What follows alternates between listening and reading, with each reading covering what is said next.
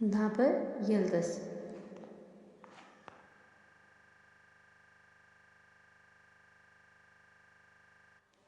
Oxing Allohga omonat. Tushkunlikka tushma.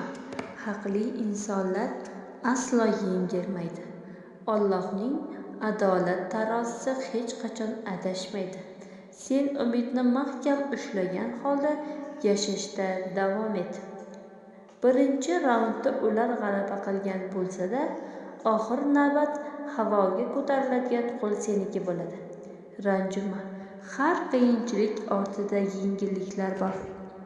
To'g'ri, bugun hayot o'z tikanlarini senga sanchib, ozor berayotgan bo'lishi mumkin. Biroq ertaga albatta gul ham hidlatadi.